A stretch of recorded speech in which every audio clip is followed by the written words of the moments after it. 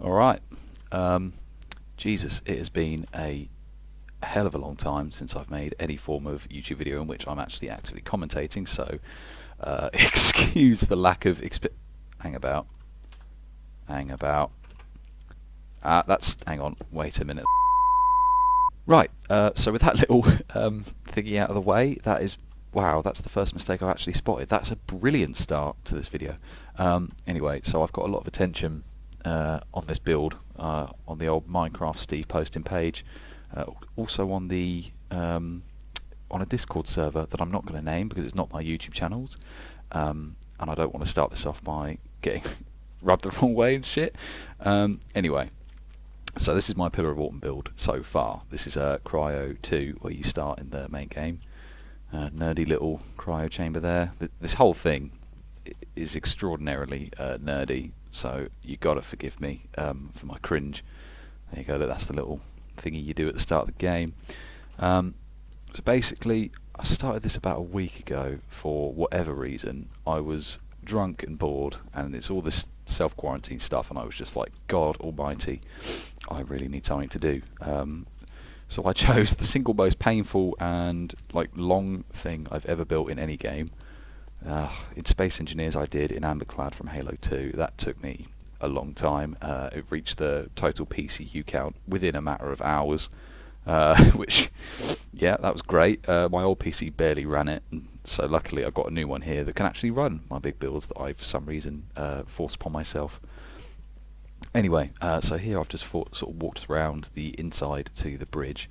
Now, the one twist that this build has on any other Pillar of Autumn attempt that I've seen online, I've downloaded a couple of maps just to compare. I've never seen one done on a 1-to-1 scale like this one. And anyone that I have seen done has got sandstone blocks and bricks and stuff, and if that's your building style, go for it. It is absolutely subject to opinion, but to me just doesn't sort of quite showcase the sort of level of realism that I wanted from a build. So in this one I've literally stuck to grayscale-y sort of stuff.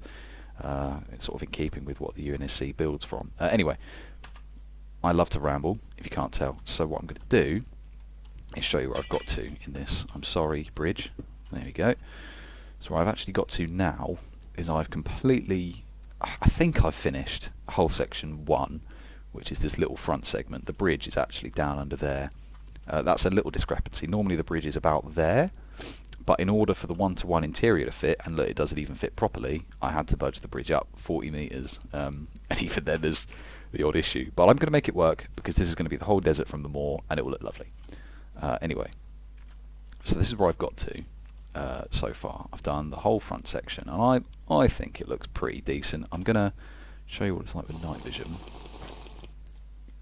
so you can get a better look, although it doesn't look as nice as when you've got some nice shadows cast over it. If you're wondering what these little iron things are, these are just my skeletal frame for it that are going to get edited out later, don't worry. So that's whole section 1.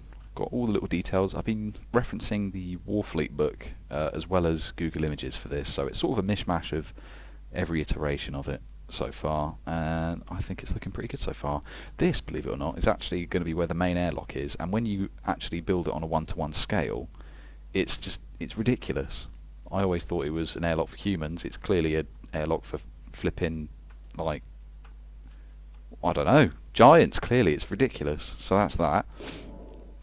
In here, so basically all of these rooms here, that's the mess hall from the first level, that's the armory, that's Cryo 1, that's Cryo 2. Basically all of the interior here has been redone 1-to-1. I basically just played through the MCC port and just sort of tabbed in and out, looking at stuff, measuring things, using bloody pixel counts even sometimes. Yeah, it's ridiculous. And this is what it all looks like when you combine the level Pillar of Autumn with that of the moor, with a couple of open bits here, just so it's easy to show you round. Here's that big staircase. What I've done, normally, you would enter this room, and Cortana would go, Covenant, on the landing above us. So you'd walk up here, that door wouldn't be open, neither would that, and you'd have to loop round there. But what I've done is where rooms naturally join up but are normally blocked out in the level, I've just actually decided, you know what, I'm going to open it all up, join them all up, make it look nice, because, you know, then it's more fun to explore, I think. So that's that. Ah, God, this is the engine room here. Or might I say the backup engine room. It's a common misconception, I think, and I'm not sure anyone's really certain on this, but for a ship this size, I think that a reactor that small is a bit weird, considering, well, look at it. That's the smaller section. This thing doubles in width nearly, and that's powering it. 9 million metric tons comes from this little powerhouse. Nah, I don't think so. Plus, in the books, it states that it's running off a backup reactor, so I'm still going to build a nice, big, fat, juicy reactor when the time comes, and here's what this looks like inside. Hopefully it looks familiar. I tried my best to get this as accurate as possible. The observers, actually, they're the little buttons you press. Oh, why am I pressing E to interact with it? That retract the couplings, and then you can fire your rockets in there and stuff. And then what you'll do is, when you've finished all of that, normally have a little run through here, and you wind up at the service elevator that takes you up to the dorsal structure, which actually was one thing I'm surprised, is that the elevator seemed to go up for a mile in a game, and it actually fits. Like, it kind of makes sense how far it goes up. So I don't know how much of that run I'm going to do. Probably not all of the Warthog run, because I don't hate myself that much. Come on, there we go. But yeah, that's where I am right now. Only really posting this because it got a lot of attention, and I fully intend to release this map once I've finished it, just to get some more love on it, really. People seem to really like this for whatever reason. Some bored quarantine challenge, and yeah, thousands of likes all of a sudden. Really weird, considering this channel has never even hit 1,000 likes in its like 8-year lifetime. So that's great. So yeah, that's the little update video. I will post more as it goes on, if people want it. If they don't, that's totally cool. I will just go and die in a hole.